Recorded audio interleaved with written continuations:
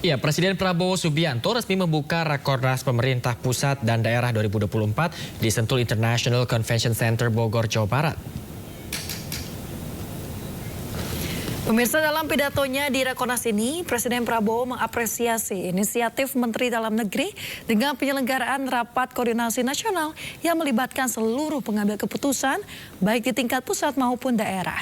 Rakornas yang mengusung tema implementasi Astacita menuju Indonesia Emas tahun 2024 dihadiri sekitar 5.360 peserta pemerintah daerah.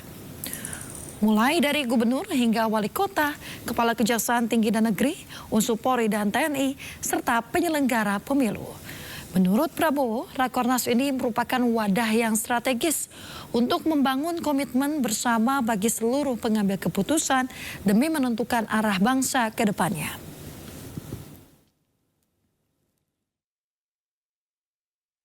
Saya sangat menghargai langkah ini karena ini bisa dikatakan adalah kesempatan pertama saya untuk bicara dengan seluruh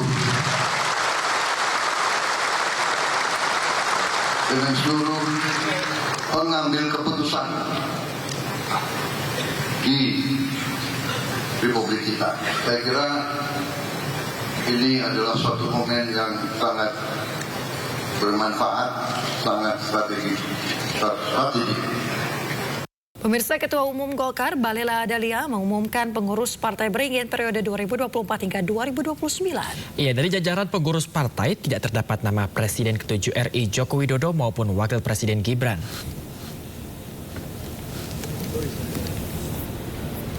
Nama Jokowi dan putra sulungnya sempat santer terdengar akan masuk dalam struktur Partai Golkar. Jokowi sempat dikabarkan akan menjadi Ketua Dewan Pembina DPP Partai Golkar.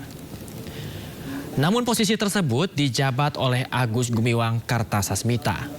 Sementara politisi lain yang masuk dalam struktur kepengurusan Partai Golkar diantaranya Bambang Susatyo, Aceh Hasan, Idrus Marham, hingga Mutia Hafid. Selain nama-nama tersebut, terdapat dua anak dari dua mantan Ketua Umum Golkar, yakni anak Akbar Tanjung, Fitri Krisnawati Tanjung, sebagai Sekretaris Departemen Kewirausahaan DPP Golkar, dan putra Yusuf Solihin Kala yang menjabat Ketua DPP Golkar Bidang Kewirausahaan. Sampai dengan hari ini kami menyampaikan bahwa nama Bapak Presiden nomor 7, Presiden yang ke-7, yaitu Bapak Presiden Jokowi, tidak dalam kepengurusan baik Dewan Kehormatan, Dewan Pembina maupun dalam struktur, termasuk Mas Wapres.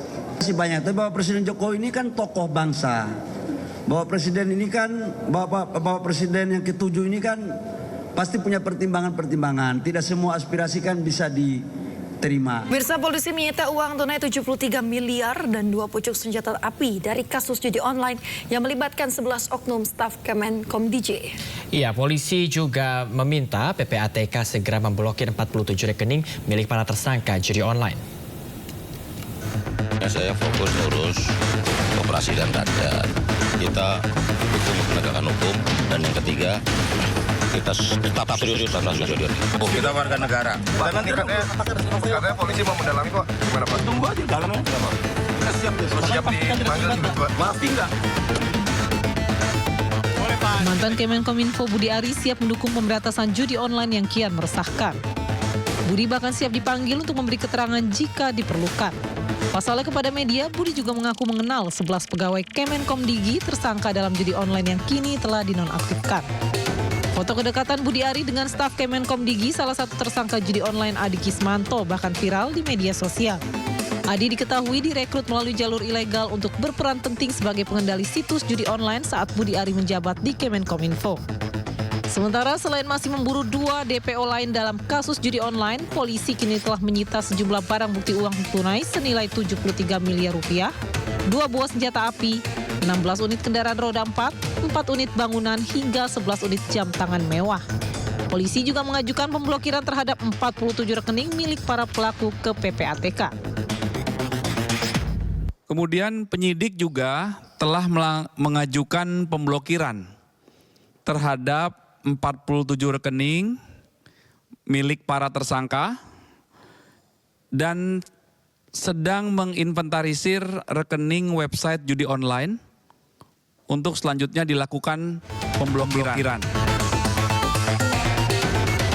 Sementara dampak judi online bukan hanya berisiko bagi finansial pemain, namun juga mental dan emosi pemain yang bisa berpengaruh negatif kepada lingkungan, terutama keluarga terdekat. Sayangnya Kementerian Komunikasi dan Digital yang seharusnya menjadi garda terdepan pemberantasan judi online justru terlibat dalam pusaran mafia judol. Tim Liputan iNews melaporkan.